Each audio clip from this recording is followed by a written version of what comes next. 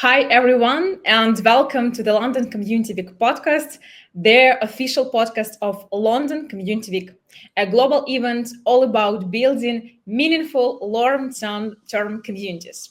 I'm your host, Kate Bova, and today I'm truly honored to introduce our guest, Christina Garnett. Christina Garnett is a fractional chief customer officer and advisor known for enhancing customer satisfaction and brand loyalty. Her expertise ranges from Fortune 500 companies to startups, covering sectors from agencies to small businesses. Christina also specializes in problem solving, program optimization, and boosting social media and community engagement to create genuine connection between brands and audience. Her book, Transforming Customer Brand Relationships, coming out in September 2025, and her master in social listening, customer experience, and community building is featured in courses by HubSpot Academy, SEMrush, and HeyOrca. Christina's practical insights have been shared in Inbound, Digital Summit, and numerous podcasts. Her thoughts are featured in Adweek, Forbes, The New Web, or PR Daily. So, Christina, welcome. It's such a joy to have a big star here.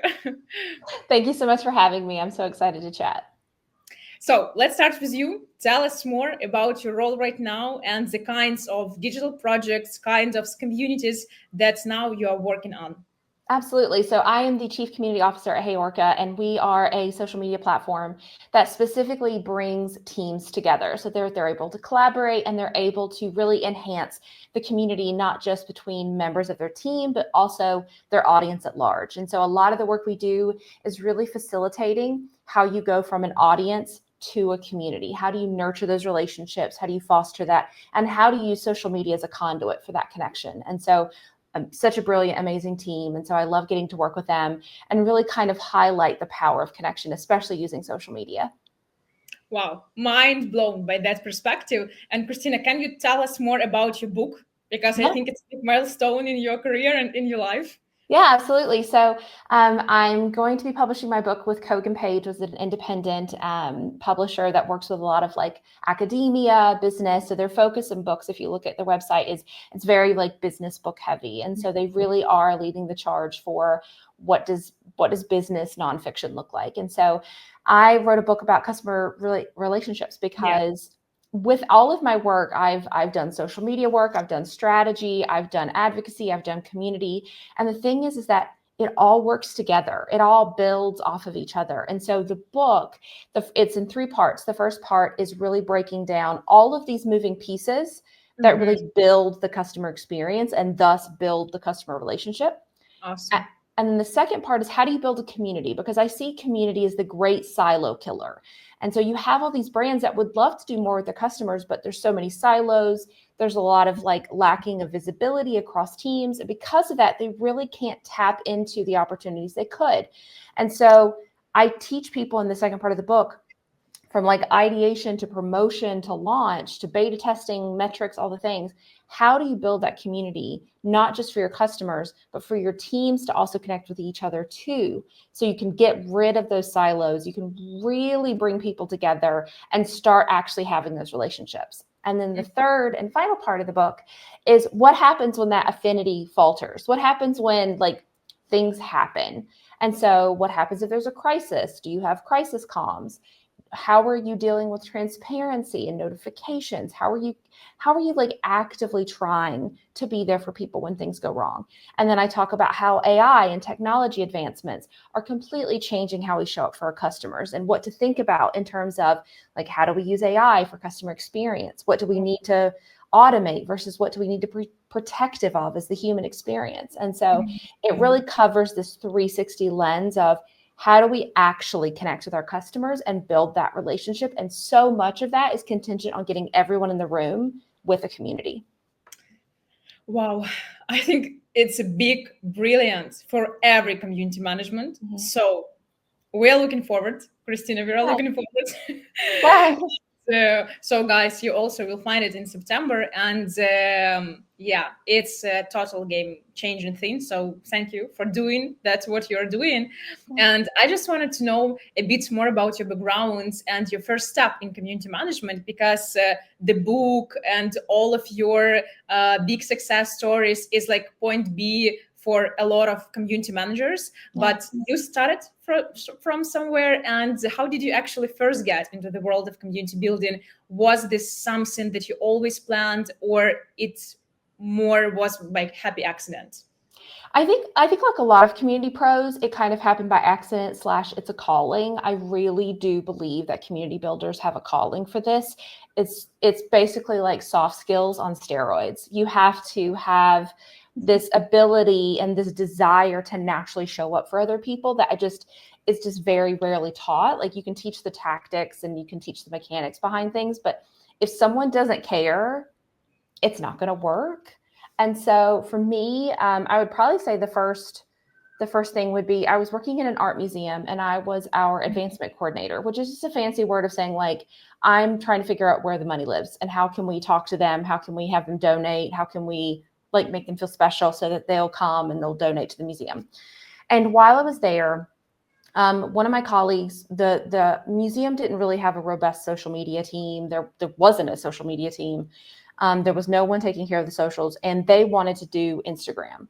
And so I was like, I'll do Twitter and I'll do Facebook. And the art museum at the time is in a very rural area, a very downtown, traditional Southern US town. And so, but it's an art museum, and it's got this sweeping metal roof, and it does not work with the traditional rectangular brick everywhere kind of aesthetic.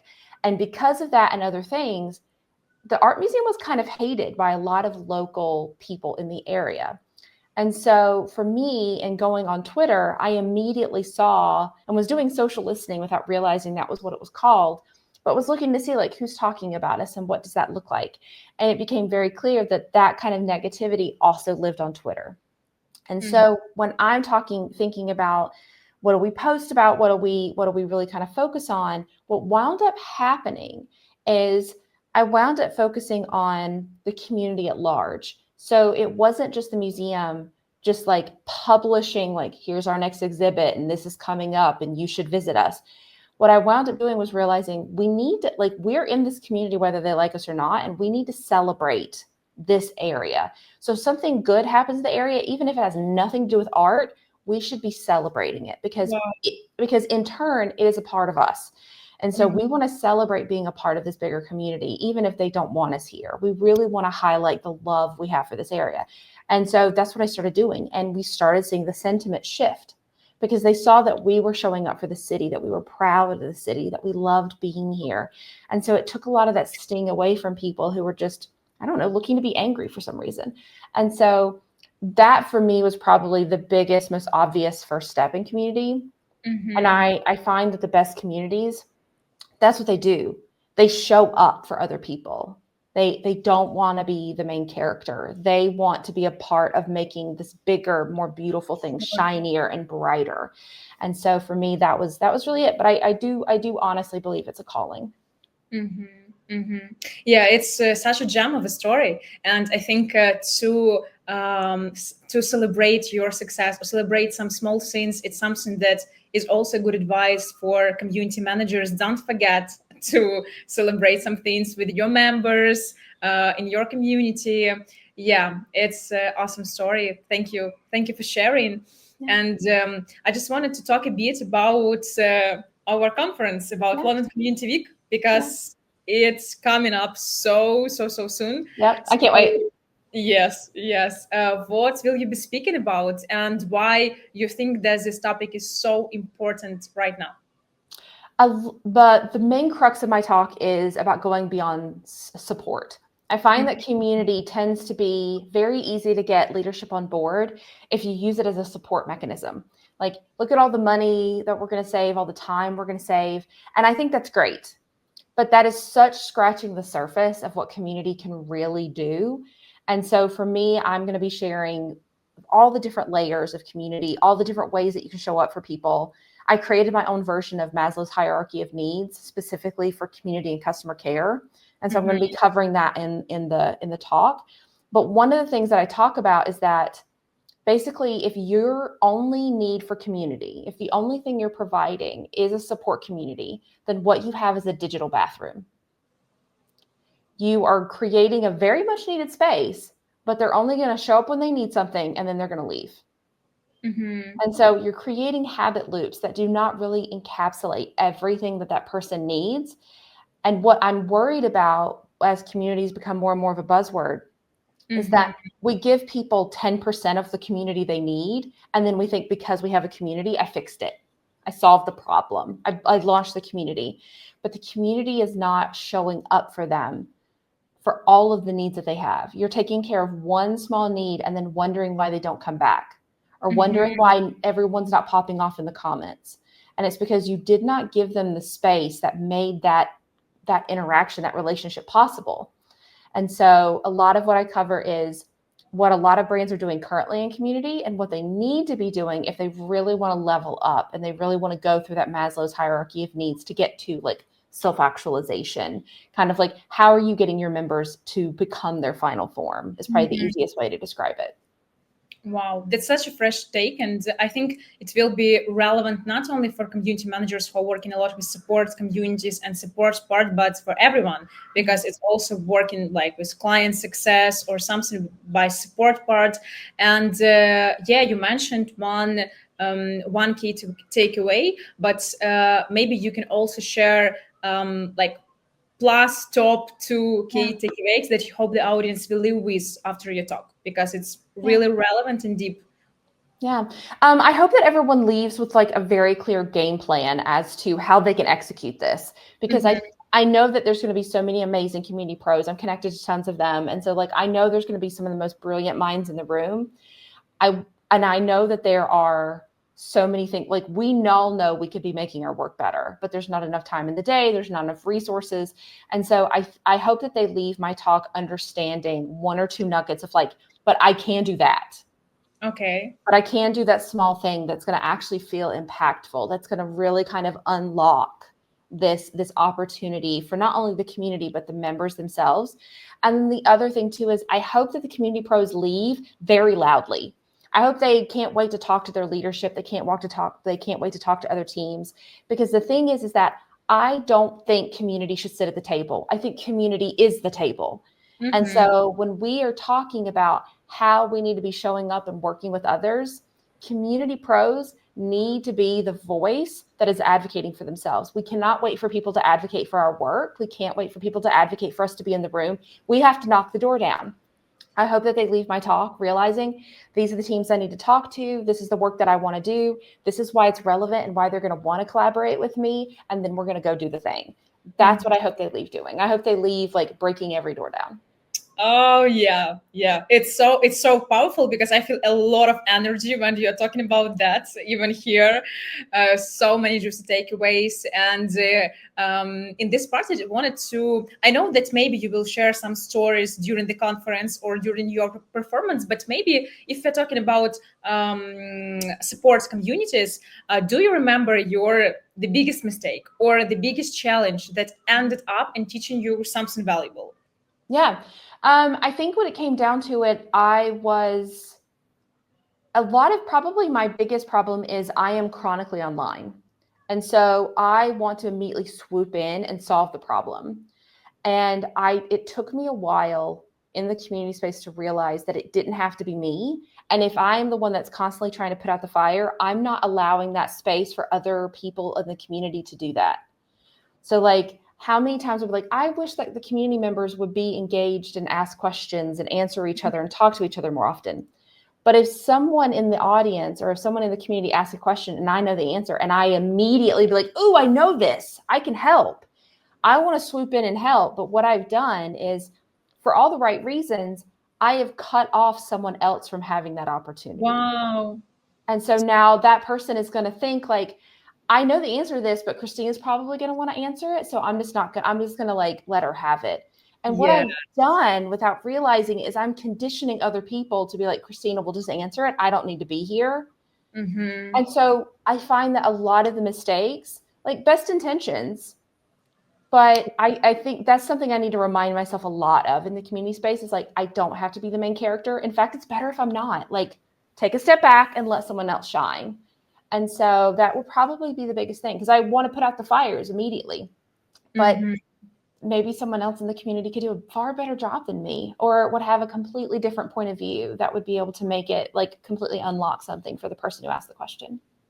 So you are waiting, you're just waiting, or you are helping other people to answer some questions. Yep. Yeah. So I'll wait and then I'll flag it to people and I'll do it in the DM. Like, I'm not going to tag people personally and be like, I'm not going to add everybody, be like, sorry to put you on the spot, but I'm adding you.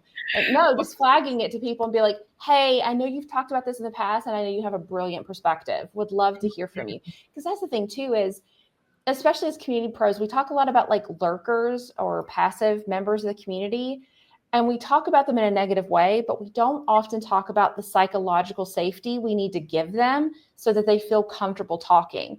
There's probably lurkers who would love to say something, but they don't feel smart enough, or they don't feel like they would be recognized, or they're like, someone's not going to take this seriously. So don't just like at somebody and be like, hey, you should answer this. Be like, hey, you're pro at this. I know that you know the answer to this. I would love to hear, like, give them that gentle encouragement and a positive, psychologically safe environment where you're removing the doubts. Cause we self-reject all the time. Yes. We'd rather be quiet than say something and be perceived as dumb or be perceived as silly or be perceived as wrong. And so how are we creating the psychological safety so that the lurkers who do want to participate are able to remove that fear of rejection? Dear community managers, I think you need to steal that for your strategy, for your approach to community, because it's so wise, it's so smart. And you're right. I remember when we were working with one of support community, sometimes a lot of founders, they were afraid to tell something not correct. They were waiting because they know, oh, maybe Kate will know or something like that, or maybe somebody from the team, because it should be correct. But no, it shouldn't be like perfect. And I think it's so wise advice for every community manager, especially when they are working with support communities. Wow. Yeah. Thank you. We'll know that. And what about proudest moments? So you said about like challenge and something that you marked like super crucial. And what about something that you are proudest of, that you are really love about your community or communities previous in the role as a community leader? Yeah. So when I was at HubSpot, we had like the Hub fans, we had the advocacy group, and one of the meetings we had this like online meetup for all of us to kind of like check in. How are you doing? And it was one of those times earlier on in the year where like a lot of people were stressed. There was a lot of things. And so it turned into this like venting session, and which is what it needs to be. I'm a big fan of like, sometimes your community is your therapy. And so like, let it be the therapy. And so one of the women on the call wound up talking because she had started her own business, but it wasn't going where it needed to go. And so she was worried about, should I quit? Should I try to get a job? Should all these things? And when I tell you, the meeting stopped and immediately everyone rallied around her and started asking questions and how can we help? And like, what can we do? Like, it became a rallying cry for her. And then I started seeing them like talking about her on LinkedIn and like trying to connect her with other people. The thing is about like, when a community is not done well, it's very quiet. But when a community is done correctly, it's magic. Like, you feel it and you see it. It's the most beautiful thing is you're seeing humans coming together to help each other. And so that is by far my proudest moment in community, because I was seeing like, I didn't make this, but all these people in the room because of me. So you become this conduit of magic. You get to be like, I create, because that's like a good community manager, whether they realize it or not, your job is to create ripples. You create ripples that will like lead off into really beautiful things. And sometimes you'll know what they are. Sometimes you can attribute them. Sometimes you can't. Sometimes you'll never know the lives that you touched, but you touched them all the same. And so that would be it for me. Because I just remember like I got off the call and I cried. because I was like, that was so beautiful to me. And so it was that. Yeah. Oh, it's so cute. Yes. It made my day with that story because I feel you, like this is a really big win for every community Yeah. managers. And you mentioned that it's like a magic, and it's It really is, yeah. feels like a magic because it's something so important for us. Yeah, amazing story. Thank you for Yeah, sharing. absolutely. Sorry to get Uh, emotional, but like that was such a beautiful moment for me. And I yeah. had people talk to me later who were like, I can't believe that call. And I was like, yeah, that was, if you want to know like why is community powerful, it was that. It was all of that. And so community is a really beautiful thing. It's humanity at its best when it's done correctly. Christina, I also know more from you about trends because even when you are like preparing the book and also with working with your members, with your stakeholders, and so on and so on, maybe you see some trends. It could be trends in support communities, or it could be trends like general in digital community world that you are especially paying attention now, and you recommend to follow also other community managers' these trends. Yeah. I think with AI and everything that's happening with AI, what we are seeing is this, as we are pushing forward with that and everything that it entails, like good, bad, ugly, community is worth even more today. And it's going to continue to be more and more valuable because we need connection. We need the real. Like, Yeah. yes, technology is great, but the community need in humans is ancestral. We've had it our whole life. Whether it was like we needed to come together so we didn't die in the wilderness, or like we needed to be able to separate labor so we could all help each other, whatever it is, we have needed connection and community our whole background as humans. And so no matter what technology does, it has the opportunity to divide us or connect us. And so, but we will always need community. And so if you're in the community space and you're looking at all this AI and all this other thing, look at the voices and look at the people and how they're talking about each other. Because when they're talking about what AI can do, it's not soft skills. It is not soft skills. That is where we can shine as humans. That is where we can shine as community builders. And we need to continue to push for that. And then the other trend, and I've been talking about this for a while, and it's also very ancestral, is the third place. We are desperately in need of rebuilding the third places that we've lost due to commodification, due to them being removed, due to them being like completely priced out of our lives. We need to come together and think about how we can build more third places digitally and in person. Like the thing is that, especially like for conferences, like the conferences next week, and I'm very, very excited. I already know the best part of the conference is not going to be me speaking. It's not going to be the panel I'm on. It's going to be seeing a lot of these people that I've known for years online and finally getting to hug them. Yeah, for sure. See them. It's the connection. It's the actual manifestation of this community in person. And so whether it be how you show up online, whether it be how you show up at events, whether it be what you're looking for, if you're looking for your people, it's building the third place. And if you start thinking about community building as the third place, then a lot of the soft skills you're going to need, a lot of the like thought processes for execution, it's all going to fall into place. And so I would look at those, both of things, so like AI in third places. Wow, love that. Love that. And talking about third places, because it's really interesting thought about and actually about communities. How do you connect third places like community development with business outcomes? Because you also especially working with support communities here, I think you can have a lot of different success metrics and KPIs that you can measure, but maybe you can share with us some tips, maybe how is better, or some advices for community managers, how is better to like find these business outcomes or how to measure. Yeah, absolutely. So there's the running joke that community runs on vibes. It literally does. It absolutely does. And I don't want people to stop saying it because it does. It does. The thing is that you need to translate those vibes into metrics that leadership cares about. So I've created this like quote unquote formula or Mad Lib, whatever you want to call it, to kind of help you translate.